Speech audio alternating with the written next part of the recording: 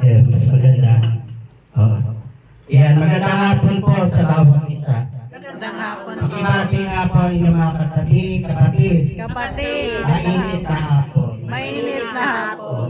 Sana yung init na yan, maramdaman ninyo na init ng pagmamahal ng Panginoon. Amen. Amen. Malapakaga po natin ang Panginoon. Sa pasalamat po ng Kuya Henry, kay kapatid na Kuya Edward, kasi nag-chat siya, nag-anyaya, at nagkapanahon naman ng Kuya Henry, kaya tayo ay nakakapiling sa mga oras na ito. Amen. Sana gusto niyo pa akong kasama, Ayan, Kuya Michael, Ate Maribig, magandang hapon po. Ayan. So sa hapon po ito ay pumunta tayo doon sa pinakamahalagang parte ng bawat pagtitipong spiritual. Ano Kuya Paulo? Ano to?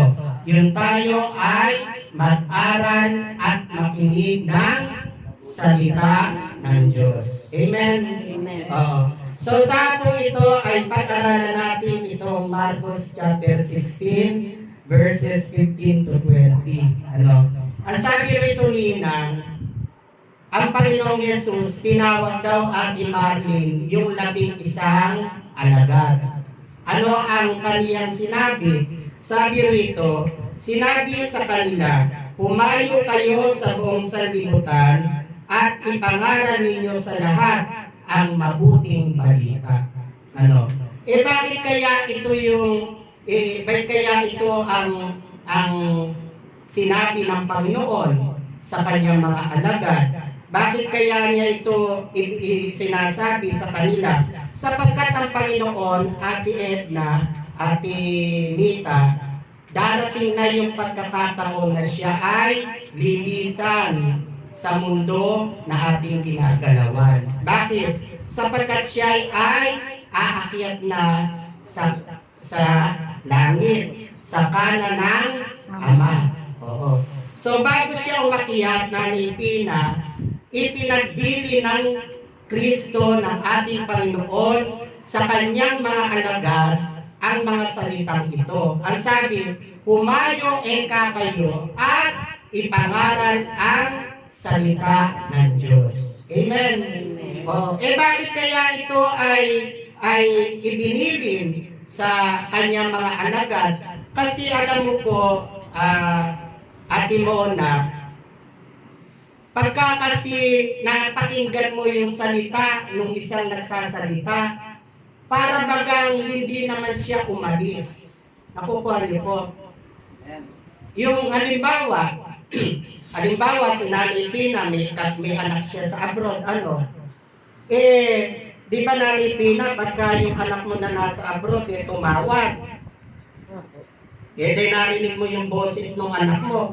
Hindi ba marinig mo lang yung boses ng anak mo, yung kaligayahan mo yung nandoon na. Amen. Tapos pagka kahit na nasa abroad yung anak mo, Nanay Pina, pagka nagkausap kayo, halimbawa sa cellphone, di ba parang katabi mo lang siya? Ayun. Ganun po iyon, Ate Marlene. Kaya, ang sabi ng Panginoon, lilisan na ako, pero may iuutos ako sa inyo. Ano po yun, Panginoon? Ipangaral ninyo ang salita ng Diyos. Bakit? Kasi pagka ipinangaral ang salita ng Diyos, bagaman ang Kristo, Ate Nita, ay nandoon na sa kalangitan, nandoon na sa trono ng Ama, parang kasama pa rin siya ng mga alagad. Bakit? Sapagkat tinataglay ng mga alagad ang salita ng Diyos. Amen. Parang andyan lang siya. Kasama pa rin ninyo ako sa pamamagitan ng salita ko. Ayun. Pangalawa, kaya ko ito ibinabanggit sapagkat ito yung misyong iiwanan ko. Di po ba, pagka ang Kristo ay pupunta sa isang lugar, sabi sa Bible, ang kanyang unang ginagawa ay pinangangaralan niya ang bawat lugar na kanyang pinupuntahan. So, yung pangangaral ng salita ng Diyos ay hindi natapos. Pakinggan ninyo ito, sabi, 11 mga alagad, Kuya Paulo. Pero ano ang hiwaga ng salita ng Diyos na Pina? Mula roon sa 11 alagad, di po ba? 11 lang eh. Hanggang ngayon, Kuya Paulo, yung salita na ibilibin ng Kristo sa mga alagad niya, ipinagpapatuloy hanggang ngayon. At ang katotohanan, ito nga po ako ngayon sa inyong harapan at nangangaral ng salita ng Diyos. Amen. O, di po ba? Let us imagine that, Ate Marlene, mula doon sa 11 lang, 11. Bakit hanggang ngayon yung salita nagpapatuloy? Kasi nga sumunod yung 11. Kung hindi naman sumunod yung 11 nito, nagpapatuloy ba ang salita ng Diyos? Siyempre hindi. Kaya ano ang sabi rito? Ipangaral ninyo, umayo kayo sa sanlibutan, buong sanlibutan, at ipangaral ninyo sa lahat ang mabuting balita. Okay. So, naipangaral na. Kailangan, pagka ikaw ay nangaral ng salita, mayroong maging bunga. At ano yung magiging bunga ng pangangaral ng salita ng Diyos? Yung ang mga nakikinig, kailangan ay sumampalataya. Amen. Hindi ka lang nakikinig. Kailangan matapos na mapakinggan mo ang salita ng Diyos, magkaroon ito ng bunga sa buhay mo. Ano ang bunga ng salita ng Diyos? Sabi, ang sino mang sumampalataya. Ayun. Kaya kailangan pagka tayo nakikinig ng salita ng Diyos, matapos na mapangaral ang salita ng Diyos, may maging bunga ito sa buhay mo. Ano yung bunga? Ako ngayon, matapos na mapahayagan ng salita ng Diyos, sasampalataya ako sa Diyos na ipinangaral ng mga alagad. Amen. Kaya ano ang sabi rito? At sinabi sa kanila ni Jesus, sumayo kayo sa buong sanlibutan, ipangaral ninyo sa lahat ang mabuting balita.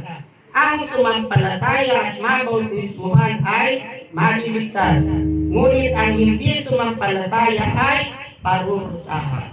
So sa paghayo natin, mayroong sasampalataya, mayroong hindi sasampalataya. Alam na ng Panginoon yan. Kaya nga nung sabi, ang sumampalataya at mabautismuhan, maliligtas. Ang hindi sumampalataya, parurusahan. Oh. Ilang taon na ba ang dalaw tahanan? 4 na taon. No. Lahat ba ng hinayuan nyo ay pinaniwalaan kayo? Di ba? Oh. Bakit? Kasi alam ng Panginoon yan. Hahayo tayo. Pero Ate Josie, don't expect na lahat ng hahayuan natin, tayo ay tatanggapin sa paghayo natin. Tayo ay sasampalatayanan nila. Hindi. Pero, ano ang sabi? Yung mga nanampalataya naman sa misyong ito, may kaligtasan. Amen. Ngunit ang hindi ka sumampalataya at Nita, mayroong kaparusahan. Saan kayo? Sa maliligtas o sa may parusa? Doon na tayo sa maliligtas. Amen. Kaya sabi, sino man sumampalataya, magkakaroon daw ng kapangyarihan. Ayan. So ngayon, ano yung kapangyarihan? Sabi ron, sa pangalan ko, number 1, sabi, magpapalayas ng mga demonyo. Ayan. So, ang bunga ng pangangaral ng salita ng Diyos, number 1, sabi ron, magpapalayas ng demonyo. Ibig sabihin, magkakaroon ka ng kalayaan. Kalayaan.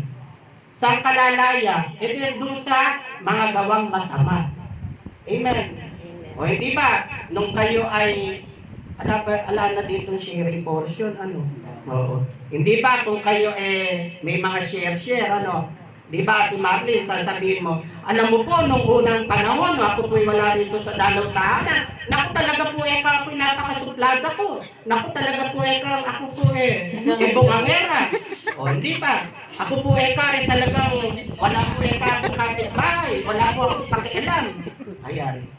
Bakit? Kasi lahat ng trabaho natin, na tayo ay masama, tayo ay suplada, tayo ay walang kapitbahay, gawa niya ng masama Pero, ano yung patotoo nyo? Naku, nung po ako yung nakasama rito sa Dalaw Tahanan, salamat po kay San Vicente, salamat po kay Brother Edward, nagkaroon po ako ng pagbabago. Yung kapitbahay ko po na dati hindi ko po pinapansin ngayon po doon na po ako nakatira sa kanila. Diyan ako kumaka. Ganun na po yung pagbabago ko Wala na palang mata.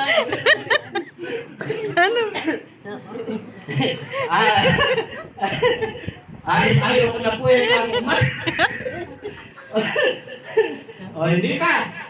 Kahit naman dito sa gawain, di ba, ng mga bago-bago, halos ayaw nila maghiwa-hiwalay.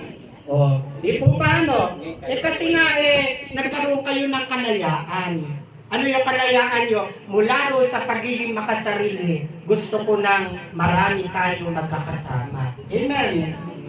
Kalayaan. Number 2, sabi ron, hindi kayo dumampot man ng ahas o minom ng laso. Huwag niyong gagawin ito Baka mamaya maghanap kayo ng ahas Sabi ni Brother Henry, dumampot ako ng uwag. Ibig sabihin nito, magkaroon ka man ng, hindi ba, nagmimisyon ka, nagmimisyon ka at inita. Hindi naman lahat ng pupuntahan mo, alam mo kung may ahas o lahat naman ay pakakain tetestingin mo ba baka may lason. Hindi. Ibig sabihin nito, sa paghayo mo, magkakaroon ka ng kaligtasan. Amen. Amen. Oo. Lalong, buti nga ngayon, maaga kayo. Dati naabot tayo ng alas 9. Di po ba, minsan may bukid pa. Malay ba natin kung may ahas doon? Pero dahil tayo ay iniingatan ng pangalan ng Panginoon at taglay natin ng pangalan ng Panginoon, wala tayong kinatatakutan. Amen? Bakit? Sapagkat tayo ay nagkakamit ng kaligtasan. Ano pa? Sabi ron, sino man kang mapatungan ng inyong mga kamay, ano po ipapatong? Kamay. Kamay. Kamay. Kami lang kasing umayo. Ano?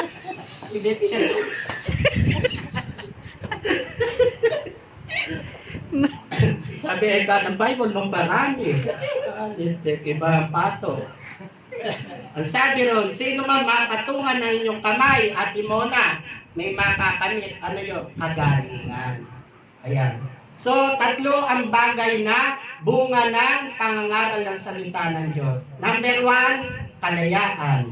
Number 2, kaligtasan. Number 3, kagalingan. Amen? Kaya sabi rin sa bandang huli, tinulungan sila ng Panginoon sa gawain ito. Ayan. So, sa bawat gawain, bago kayo hahayo, ito ang hihilingin natin. Panginoon, hahayo na naman po kami Dalaw San Vicente. Tulungan mo po kami, Panginoon. Hindi po namin kayang nag-iisa. Hindi po namin kayang magkakasama. Pero yung hindi po namin kaya, Panginoon, makakaya namin sapagkat nananalig kami na kami tinutulungan. Amen. Amen. Magpatulong tayo sa Panginoon. Lahat ng gagawin mo, kapatid, sa buhay mo, umpisahan mo sa pananalangin. Hingin mo ang tulong ng Panginoon. At makakaasa ka. Ang sabi nito, tinulungan sila ng Panginoon sa gawain ito. Lahat. Pagkakatuwang mo ang Panginoon, makakamit mo. Walang iba kundi ang katagumpayan. Amen.